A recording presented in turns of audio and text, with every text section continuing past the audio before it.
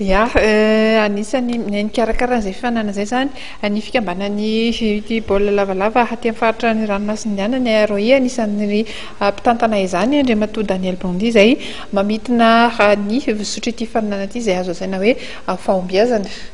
Araka ninambarana Andriamatoa Daniel Bondy izay filohan'ny Aroy ary dia totosa atsakany sy andavany ny fananana teto Madagasikara ary azo lazaina ozy izy fa dia mahavelom-bolo tokoa raha ny firoborobon'ity baolina lavalava lalaovin'olona fito ity aty an-dranomasimbe Indiana.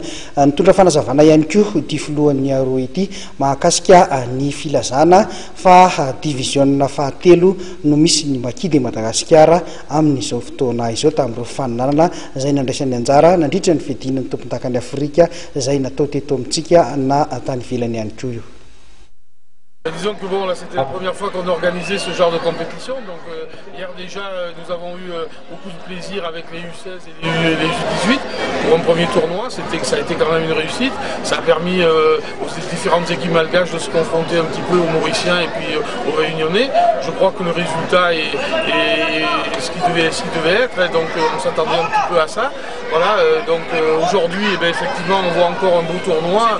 Bon, ce que je regrette un petit peu, c'est que le public ne se prête pas à ce genre de compétition, parce que je pense que le rugby à 7, à la fois pour Madagascar et à la fois pour l'océan Indien, c'est peut-être notre devenir. Et je pense que ce qui serait intéressant, c'est que le public vienne sur les stades.